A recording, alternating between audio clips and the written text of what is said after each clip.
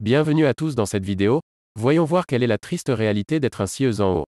Je vous souhaite la bienvenue sur la chaîne Questions-Réponses. Je remercie Christophe Genolini, Mohamed Semenact, Mathieu Hug et Laura Millard d'avoir répondu à cette question. Nous allons commencer avec la première réponse de Christophe Genolini. La solitude. J'ai eu une idée, maintenant je monte une start-up. J'ai mis toutes mes économies dedans.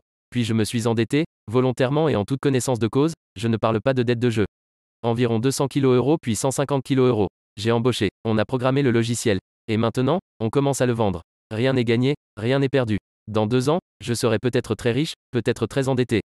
Mais en attendant, le plus dur, c'est la solitude. À la base, je suis un scientifique spécialisé data science. Je ne suis pas un commercial, je ne suis pas un expert RH, je ne suis pas un recruteur, je ne suis pas un expert com.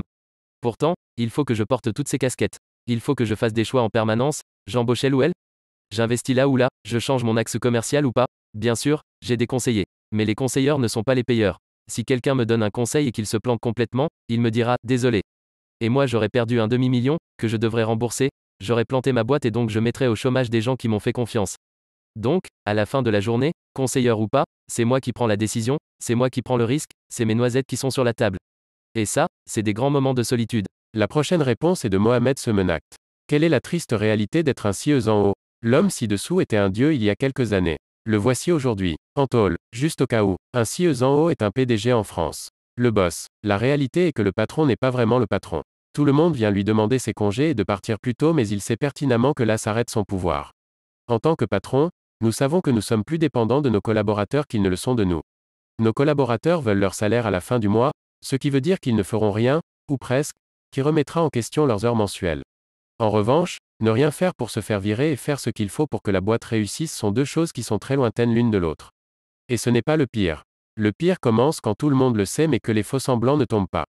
Là, je trouve ça triste. Le patron sait qu'il dépend de ces personnes qui, si elles ne sont pas inutiles, ne sont pas réellement utiles non plus. Elle sait que les virer reviendrait à un énorme casse-tête. Il devra le justifier. Il devra peut-être rentrer dans une bataille procédurière. Il devra embaucher une nouvelle personne. Il devra la former. Il devra être vigilant pour que cette personne soit meilleure que la précédente, tout en étant englué dans les problèmes que la précédente personne continue de créer. Là, on arrive au pire.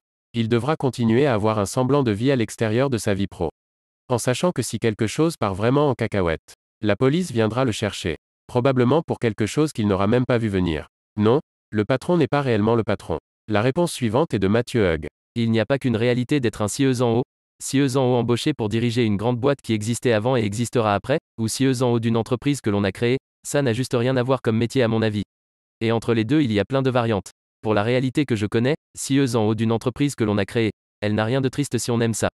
C'est un métier difficile par sa solitude intrinsèque et par le fait qu'in fine on porte la responsabilité de l'entreprise, de sa culture, de son éthique, de sa réussite ou de son échec. Le corollaire passionnant c'est qu'il faut en permanence apprendre, créer une équipe et associer des personnes variées au projet de l'entreprise, associés, salariés, conseils, investisseurs, clients, etc.